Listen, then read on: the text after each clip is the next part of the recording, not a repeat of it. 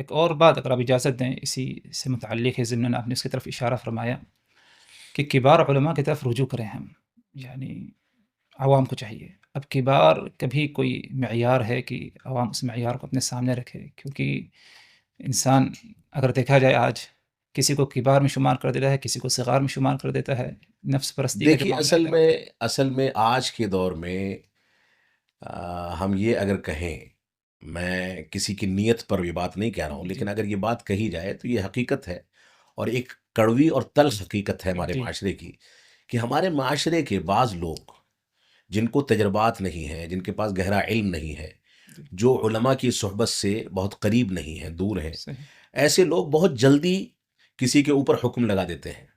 یا اپنی مرضی کے حساب سے کسی کو بڑا عالم، کسی کو چھوٹا عالم بنا دیتے ہیں، جی اور اپنی مرضی کے حساب سے یہ دعویٰ کرتے ہیں کہ فلاں ایسا ہے، فلاں ایسا ہے۔ لیکن اس کے سلسلے میں اگر ہم اسلاف امت کے معیار کو ٹٹولیں گے، جی اور علماء نے جو معیار قائم کیا ہے، کتابیں علماء حق کے اوصاف ہیں، اور اسی طریقے سے جو دعات ہیں ان کی صفت کیا ہونی چاہیے، اس پر مبنی علماء نے جو کتابیں لکھی ہیں جی اور ان میں اوصاف جمع کیے گئے ہیں، ان اوصاف کو سامنے رکھتے ہوئے ہم علماء کی پرکھ کر سکتے ہیں۔ اور اس میں کوئی دو رائے نہیں کہ اگر انسان نفس پرستی کو کنارے کر دے، جی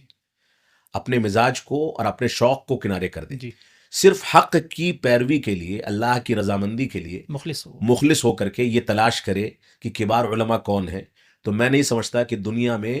کبھی بھی کوئی ایسا دور رہا ہو جب کبار علماء کی ایک بڑی تعداد مسلمانوں کے درمیان نہ پائی جاتی ہو۔ جی اور اگر ہم یہ کہتے ہیں کہ نہیں، یہ علماء کے فقدان کا دور ہے، جی یا علماء موجود نہیں ہیں، تو یہ در حقیقت اسلام پر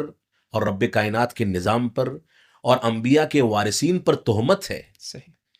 دور کے بدلنے کے ساتھ علماء کے معیار میں کمزوری یا مضبوطی آتی رہے گی، اتار چڑھاؤ بنا رہے گا،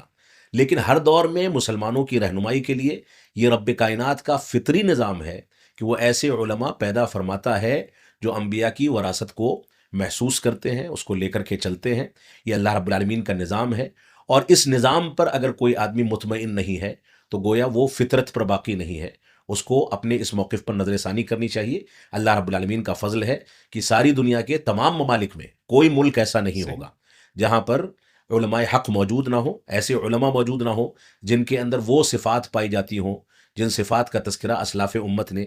اپنے دروس و محاضرات میں یا اپنی کتابوں میں کر رکھا ہے۔ تو ایسے علماء اللہ رب العالمین کا فضل ہے، ہر دور میں موجود رہے ہیں، جو حقیقت میں انبیاء کے وارث ہیں، جو خوف کے عالم میں اور امن و سلامتی کے عالم میں ہر حالت میں امت کی صحیح رہنمائی کرتے ہیں، اللہ کے علاوہ کسی سے نہیں ڈرتے، صرف اللہ کی خشیت صحیح رکھتے ہیں، صرف اللہ کا تقوی رکھتے ہیں، صرف قرآن و سنت کی بات کرتے ہیں، اور کسی ملامت کرنے والے کی ملامت کے ڈر کے بغیر